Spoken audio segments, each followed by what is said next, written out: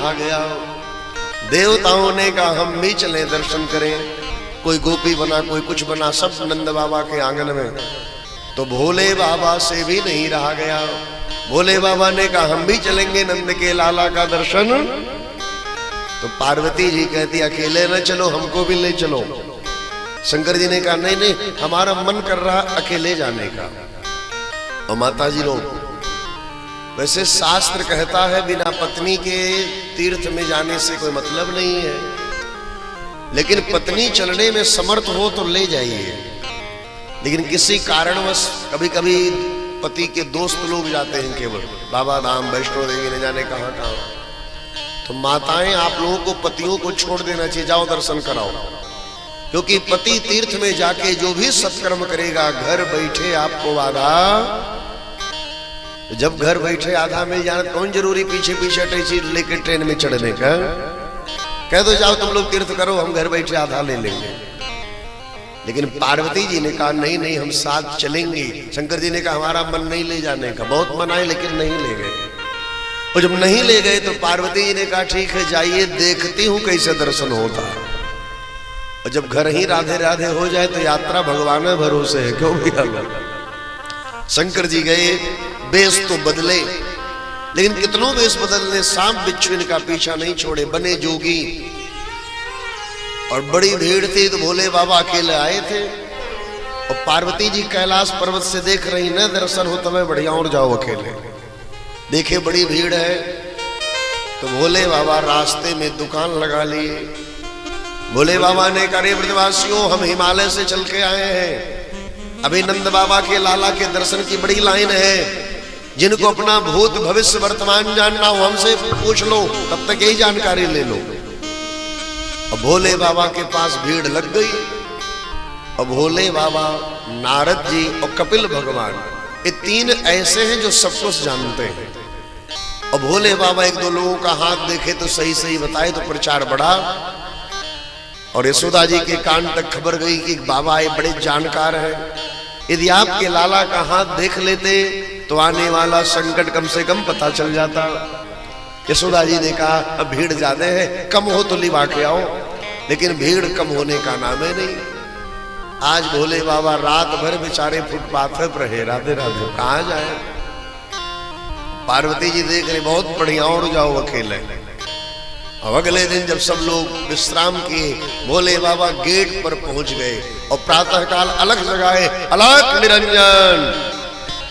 यशोदा मैया अकेले दौड़ी आई, बाबा पाए लागो, क्या सेवा करें। भोले बाबा ने कहा सेवा कछो नहीं, बस लाला का दर्शन कराओ। यशोदा मैया ने कहा बाबा जब आपके रूप को देख के हम डर जा रही हैं, तो लाला तो हमारा अभी छोटो सो है, हम दर्शन ना करावेंगे। जो कहो सीधा पानी, गाय बछड़े, सोना चांदी, कपड़े दे दें, लेकिन लाला का दर्शन नहीं कराऊंगी। पार्वती जी ने कहा बहुत बढ़िया, और जाओ अकेले, सब देख रही थी, क्यों नहीं दर्शन कराओगे। आपके गले में सांप, आपके जटा में सांप, आपके भुजाओं में सांप, और हमारा लाला आपके रूप को देखेगा डर जाएगा। भोले बाबा ने कहा मैया आपका लाला ऐसे तैसे ना है, आपका जो लाला है वो हजारों सांपों पर सोने वाला है। क्या बोले ठाकुर जी को, क्योंकि भगवान कौन थे, शांताकारम भुजग शयनम। भगवान कौन थे, शांताकारम भुजग माने सांपों पर सोने वाले। यशोदा जी ने कहा आप गलत पते पर आ गए हो महाराज, हमारा लाला सपेरे का लाला थोड़ी है, वो तो पालने में सो रहा है, दासियां उसको चवन डुला रही हैं, हम दर्शन नहीं करावेंगे। बोले भैया ऐसा न करो, दर्शन कराओ न। भोले बाबा ने कहा सुनो यशोदा मैया, हम जोगी हैं, और जोगी हठाप नहीं जानती हो, आपके दरवाजे पर यही चिमटा गाड़ेंगे और यही धुनी रमाएंगे। कभी तो आपका लाला बड़ा होगा, 5 साल 10 साल बाहर निकलेगा, तब दर्शन करके जाएंगे, लेकिन बिना दर्शन किए नहीं जाएंगे।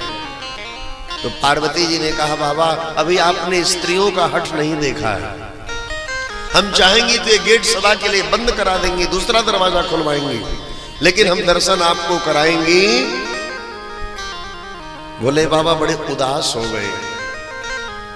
और त्रिशूल के सहारे भोले बाबा के आंखों में आंसू आ गए, लग रहा है दर्शन होगा। तो पार्वती जी कैलाश से सब देख रही थी, पार्वती जी को दया आ गई। हो चाहे जैसे आखिर है तो हमारे पति ही, क्यों भला है बुरा है जैसा भी है मेरा पति। देवता नहीं मिले क्या आप लोगों को?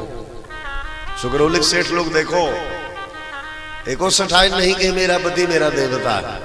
राजेश भैया अपने बोल दिए मेरा देवता।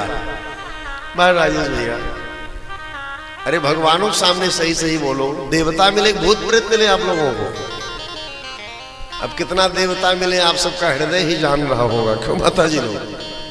और माता पार्वती ने सोचा जैसे भी हमारे पति हैं तो हमारे ही, कुछ हम ऐसी लीला करें जिससे हमारे पति को दर्शन हो जाए। और शिव है विश्वास, पार्वती है श्रद्धा।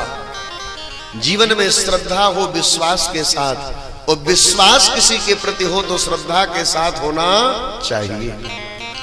विश्वास अकेला आया है बिना श्रद्धा को लिए। तो माता पार्वती जी बन गई गोपी और चली गई कन्हैया जी के पास, प्रणाम की और भगवान के गाल को पकड़ के ऐंठ दी। भगवान रोने लगे और तुरंत इन्होंने कहा, ओ मैया यशोदा लाला रोए रहे हो। अब तो यशोदा दौड़ के आई, मेरा लल्ला है मेरा मुन्ना है, दूध पिलाए। लेकिन भगवान नहीं चुप हो रहे। पार्वती रूपी गोपी ने कहा, लग रहा है वो जो बाबा गेट पे खड़े हैं वही कुछ जादू टोना कर दिए। हमें लग रहा है उन बाबा से मिलवा दो, इन्हें नजर उतार दे। यशोदा जी ने कहा, जल्दी कर जा, बाबा को बुला के लेके आ। तो गोपी के रूप में माता पार्वती भोले बाबा के पास जा रही हैं गेट पर। अब भोले बाबा त्रिशूल के सहारे खड़े हैं, लग रहा है दर्शन नहीं होगा। लेकिन विश्वास है, किस लिए आस छोड़े कभी ना कभी, क्षण विरह के मिलन में बदल जाएंगे। नाथ कब तक रहेंगे खड़े एक दिन, देख के प्रेम आंसू पिघल जाएंगे। किस लिए आस छोड़े कभी ना कभी। भगवान के प्रति विश्वास होना चाहिए। लेकिन हम जब भगवान पर विश्वास करने के लिए बढ़ते हैं तो तर्क करते हैं। क्या करते हैं? एक टैक्सी पर जब आप बैठते हो तो तर्क नहीं करते हो। आपको ड्राइवर पर भरोसा है कि सोनबरसा ही ले जाएगा, जुल्हनियम नहीं लड़ा देगा। क्यों? विचार करो। आप एक नाई की दुकान पर आप जाते हो तो आंख मूंद करके अपना गला उससे सौंप देते हो कि दढ़िया बनाएगा, गला नहीं रेतेगा। क्यों? विचार करो आप। एक नाई पर आपको भरोसा हो सकता है, एक ड्राइवर पर आपको भरोसा है, और दोनों लोग चाह ले तो आपके भरोसे पर भी खरे न उतरे शायद। ऐसा तो कभी नहीं हुआ, लेकिन एक बार हुआ है मगध बिहार में। आप लोग ये इतिहास कभी पढ़े होंगे, घनानंद का इतिहास। घनानंद ने उसने एक साथ राजकुमारों का ऐसे हत्या करके तब मगध का शासन पाया था, जिसको चाणक्य ने हटा करके चंद्रगुप्त को राजा बनाया था। तो आपको बतावें, जैसे हम उस ड्राइवर पर भरोसा करते हैं, एक नाई पर भरोसा करते हैं बिना तर्क वितर्क किए, ऐसे हमें भगवान पर भी भरोसा करना चाहिए। और माताएं बहने भैया बंधु, भोलेनाथ द्वार पर खड़े हैं, दर्शन हो जाए। और तब तक पार्वती जी गोपी के रूप में आ गई। बाबा राम राम, चलो मैया बुला रही हैं। तो भोले बाबा अपनी श्रीमती को पहचान गए, बोले मानी नहीं चली आई। पार्वती जी ने कहा, ज्यादा भाव न खाओ, आए तो थे अकेले, 2 दिन से फुटपथवक तो थे, दर्शन हुआ आज तक।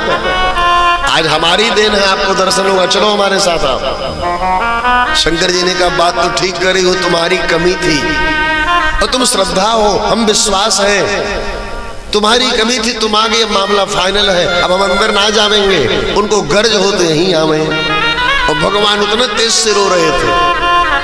पार्वती रूपी गोपी गई, बोली मैया मैया जल्दी करो, बाबा बड़े जिद्दी, यहाँ आवे का नाम आपे चलो। मैया दौड़ी दौड़ी आई, अचरे से लाला को ढकी, बाबा जल्दी नजर उतारो, जल्दी मंत्र पढ़ो। शंकर जी ने कहा हमारे गोद में दे दो, अभी सारा नजर उतर जाए। तो यशोदा जी ने कहा गेट पर से जादू टोना कर दिए तो दूर से नहीं झाड़ सकते हो। इस आजकल पंडित जी लोग क्या कहते हैं, लगाओ कान में फोन, हम मोबाइल ये झाड़ दे रहे हैं क्या। तो शंकर जी ने कहा हमारा मंत्र तो इतना लंबा चौड़ा ना है, जब तक स्पर्श ना करे तब तक न दूर हो। और माता यशोदा ने भगवान महादेव के गोद में ठाकुर जी को रख दिया। और जैसे रखा महादेव के गोद में तो हमारे कन्हैया मुस्कुराए, तो ब्रह्मांड मुस्कुरा पड़ा, यशोदा सब लोग मुस्कुरा पड़े। यशोदा जी ने कहा देख रही हो गोपी, जैसे लग रहा है लाला का कितना परिचय है बाबा से। हम भगवान मुस्कुरा रहे, मैया कहा जानो ही हमारे पड़ोसी हैं क्या है, तो मिलने आए। स्थिति ये हो गई कि महादेव के गोद में हंसे, यशोदा के गोद में रोवे। यशोदा जी ने कहा बाबा अपने गोद में रखे रहो, जो कहो दक्षिणा हम और देंगे आपको। ऐसा नजर उतारो लाला हमारा कभी रोवे ही नहीं। और देर तक इन्होंने अपने गोद में भगवान को लिए रखा और जी भर के ठाकुर जी को निहारा भोले बाबा ने। मैं आप सभी को एक संदेश दे रहा हूं, जब आप लोग मंदिर दर्शन करने जाया करिए, जाते ही होंगे, और जब भगवान की मूर्ति के सामने आप खड़े हो जाओ तो जी भर के भगवान को देखा करो। लेकिन लोग जब लाइन में रहेंगे तो आंख खोले रहेंगे और भगवान के पास जाते तकिए बंद कर लेते हैं क्या। भगवान के पास आंख बंद करो, भगवान को जी भर को अपने नेत्रों से निहारो। और भगवान को निहारने के बाद फिर उसी मंदिर में कहीं कोने बैठो, कहीं सीढ़ी बैठो, कहीं दुकान पर बैठो, तब आंख बंद करो। जिसको जी भर के देखा वो हमारे मन मंदिर में बसा कि नहीं बसा। दर्शन करने का मतलब यही है। लेकिन आप लोग उल्टा करते हो, जैसे भगवान के सामने जाते हो अखिए मूंद लेते हो क्या।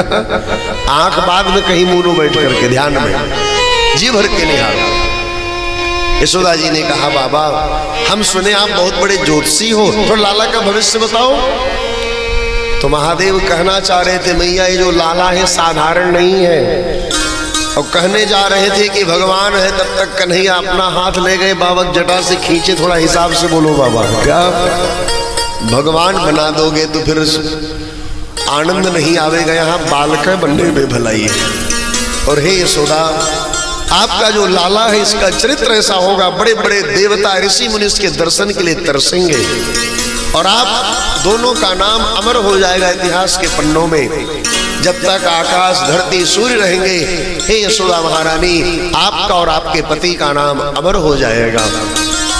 लेकिन आपके लाला के जीवन में संकट बहुत आएगा। और सही बात है, जितना कष्ट कन्हैया ने झेला उतना किसी देवता ने नहीं झेला है। पैदा कहाँ हुए थे? जेल में। और पैदा होते अपने माँ बाप को छोड़ के दूसरे माँ बाप के पास गए। 6 दिन के नहीं हुए पूतना आ गई और 6 महीना के नहीं हुए तृणावर्त आया, सक्टासुर, व्योमासुर, भैन राक्षस आए। और भगवान कृष्ण इस धरती पर 125 वर्ष रहे। कितने साल? 4 साल भगवान गोकुल में थे, 7 साल भगवान वृंदावन में थे, 14 साल भगवान मथुरा में थे और 100 साल भगवान द्वारिका में थे। यही 125 वर्ष ठाकुर जी यहाँ रहे। उसके बाद आ गए भागवत जी में। अब आप कल्पना करो 125 वर्ष भगवान चैन से नहीं बैठ पाए और अंत में भगवान को भी बहेलिया ने बाण मार दिया और भगवान चले गए श्रीमद् भागवत में। आप सभी से कहें कष्ट सहते सहते भगवान काष्ठ के हो गए। किसके हो गए? इस आप लोग कहते हैं कौन चिंता है, तुम सुखाए की लकड़ी हुई जा रहे हो, नहीं कहते। तो भगवान कष्ट सहते सहते काष्ठ के हो गए। और पूरे दुनिया में एक ही भगवान है जो काष्ठ के हैं। कौन? जगन्नाथ भगवान। दुनिया में एक ही मूर्ति है जो लकड़ी की है। कहां पर?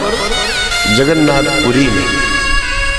और वहां कृष्ण भगवान का हृदय आज भी धड़कता है मूर्ति में।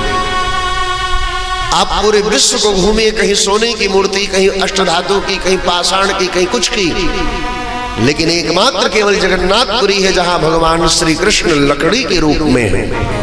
सुभद्रा भी लकड़ी की है और दाऊ भैया भी। नीलाचल निवासाय नित्याय परमात्मने सुभद्रा प्राणनाथाय जगन्नाथाय मंगलम। बोलिए जगन्नाथ धाम की जय हो। अरे जयकारा तो दमखम से लगाया करो सेठ जी लोग।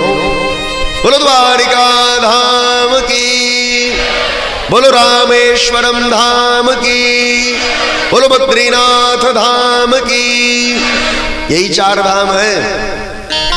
आप चारों धाम गए? वाह, एक बार राजेश भैया के लिए जोरदार ताली बजाओ तो। चारों धाम कंप्लीट, बहुत सुंदर। और बहुत समय से भागवतों कंप्लीट कर ले रहे हैं। ऐसे बहुत से लोग हैं चारों धाम गए लेकिन भागवतें नहीं सुन पा रहे हैं। ऐसे बहुत से लोग हैं जो केवल गए जी तक जा पाए, शरीर साथ नहीं दे रहा है। और आपको बतावे 4 धाम में भगवान 4 काम करते हैं। कितना काम पता है आपको? राजेश जी बता दें आप लोग भी सुनो। 4 धाम में भगवान रोज 4 काम करते हैं। भगवान स्नान करने के लिए रामेश्वरम जाते हैं पर डे। कहाँ? रामेश्वरम जब गए होंगे आप तो बगल में टिकट लगता है और वहां 22 कुंडों का जल स्नान होता है। हुआ तो नहीं हुआ? वाह। और 25 रुपए का टिकट लगता है। और आपको बतावे समुद्री एरिया में बड़ा सुंदर कुंड का जल रहता है और उसी जल से स्नान कराते हैं पंडा लोग। बाल्टी बाल्टी जल से स्नान हम लोग भी किए 2 बार 3 बार हम तो रामेश्वरम दर्शन किए। तो रामेश्वरम में भगवान क्या करते हैं? स्नान करते हैं। और स्नान के बाद क्या होना चाहिए? भोजन की भजन। हम तो भोजन कहोगे तो भजन करने के लिए भगवान फिर चले जाते हैं बद्रिकाश्रम उत्तराखंड में। वहां भगवान तपस्या पूजा पाठ करते हैं और तपस्या पूजा पाठ करने के बाद फिर भगवान जगन्नाथपुरी जाते हैं भोजन करने के लिए। गूगल में सर्च करना, सबसे दुनिया की सबसे बड़ी रसोई कहीं है तो जगन्नाथपुरी में है। आज भी 1500 पंडित जी लोग बिना सिला कपड़ा पहने, सिला वस्त्र नहीं पहनते, एक धोती नीचे एक धोती ऊपर। और आपको बतावे कोई सब्जी काट रहा है, कोई चावल बीन रहा है, जो पूरी गए होंगे देखे होंगे आप लोग। क्यों? और क्या मालपुआ, क्या रबड़ी, क्या चावल डालो हो, पूछो मत। राधे राधे। हाँ, तो भोजन भगवान जगन्नाथपुरी करते हैं और भोजन करने के बाद फिर भगवान चले जाते हैं शयन करने। कहाँ? द्वारिका में। यही 4 काम भगवान 4 धाम में पर डे करते हैं। और माताएं बहने भैया बंधु, ये 4 धाम जो चला जाए बड़ा सौभाग्यशाली होता है। और भगवान जब चाहते भैया तभी कोई कहीं जाता आता, ये भी सही है। और ये सब चीज धन से नहीं हो पाता है। और आइए, हमारे शास्त्र कहते हैं यदि 4 धाम न जा पाओ, केवल भागवत सुन लो तो भी 4 धाम जाने का फल प्राप्त होता है। यदि केवल गया ही चले जाओ तो भी 4 धाम जाने का फल है। और हर युग का अलग अलग धाम है। कलयुग में आप कहीं जाओ न जाओ लेकिन गया के बाद जगन्नाथपुरी जरूर जाना चाहिए, क्योंकि कलयुग का प्रत्यक्ष धाम जगन्नाथपुरी। घोर कलयुग आने पर हर मंदिरों से देवत्व समाप्त हो जाएगा, लेकिन जगन्नाथपुरी में जैसे व्यवस्था आज है ऐसे तब भी रहेगी। और सतयुग का तीर्थ है बद्रीनाथ, त्रेता का तीर्थ है रामेश्वरम, द्वापर का तीर्थ है द्वारिका और कलयुग का तीर्थ है जगन्नाथपुरी। देहात में लोग कहते हैं गया ठाकुर द्वारा, वही है। गया के बाद चले जाइए जगन्नाथपुरी, वही ठाकुर द्वारा। तो आइए महादेव ने कहा, हे मैया आपका लाला कष्टों से निकलेगा और दुनिया का कष्ट हरने वाला बनेगा। और खूब आशीर्वाद दे करके भोले बाबा पार्वती भी दर्शन करके चले गए। भोले गौरी शंकर भगवान की।